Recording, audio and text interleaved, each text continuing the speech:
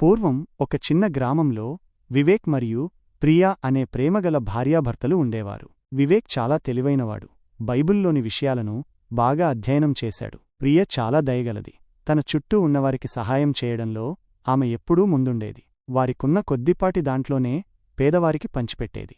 ఒకసారి వారి గ్రామానికి దేవుని సేవకుడు జాన్ వచ్చాడు. వివేక్ తనకున్న బైబిలు జ్ఞానంతో జానును ఎన్నో ప్రశ్నలు అడిగాడు. బైబిలులోని వాక్యాలను ఉటంకిస్తూ ఎంతో గర్వంగా మాట్లాడాడు. జాన్ అతని తెలివితేటలను మెచ్చుకున్నప్పటికీ అతని ప్రవర్తనలో ప్రేమ యొక్క లోటు ఉందని గ్రహించాడు.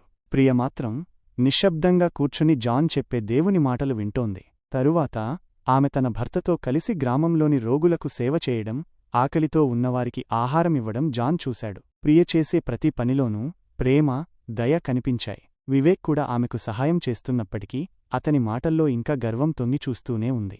జాన్ వివేక్ను పిలిచి మెల్లగా ఇలా అన్నాడు, కుమారుడా, నీవు బైబిలులోని ఎన్నో విషయాలు తెలుసుకున్నావు. నీ జ్ఞానం అద్భుతమైనది. కాని ప్రేమ లేకపోతే ఈ జ్ఞానం నిష్ఫలమైనది. ప్రేమ లేని విశ్వాసం పనిచేయదు. తరువాత ప్రియను చూపిస్తూ జాన్ అన్నాడు, చూడు నీ భార్యను. ఆమెకు నీ అంత బైబిలు జ్ఞానం లేకపోవచ్చు, కాని ఆమె చేసే ప్రతి పనిలోనూ క్రీస్తు ప్రేమ కనిపిస్తుంది. ఆ ప్రేమతోనే ఆమె అందరి హృదయాలను గెలుచుకుంటుంది. ప్రేమలేని జ్ఞానం దేవునికి అంగీకారం కాదు. వివేక్ జాన్ మాటల యొక్క అంతరార్థాన్ని గ్రహించాడు. అప్పటినుండి అతను తన బైబిలు జ్ఞానానికి ప్రేమను జోడించడం మొదలుపెట్టాడు. బైబిలులోని ప్రేమ సూత్రాలను ఆచరణలో పెడుతూ తన భార్యతో కలిసి ఇతరులకు సహాయం చేయడం, వారి కష్టాలలో పాలుపంచుకోవడం ప్రారంభించాడు. కాలక్రమేణా వివేక్ గొప్ప బైబిలు పండితుడిగా మాత్రమే కాకుండా ప్రేమగల విశ్వాసిగా కూడా ఎదిగాడు. అతని జ్ఞానం ఇతరులకు దేవుని మార్గాన్ని చూపించింది.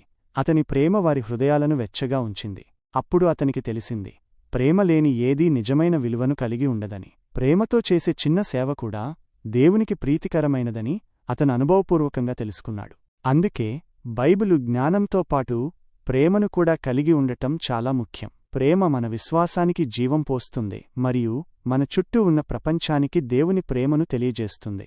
వివేక్ మరియు ప్రియ తమ ప్రేమతో గ్రామంలో దేవుని ప్రేమను చాటారు.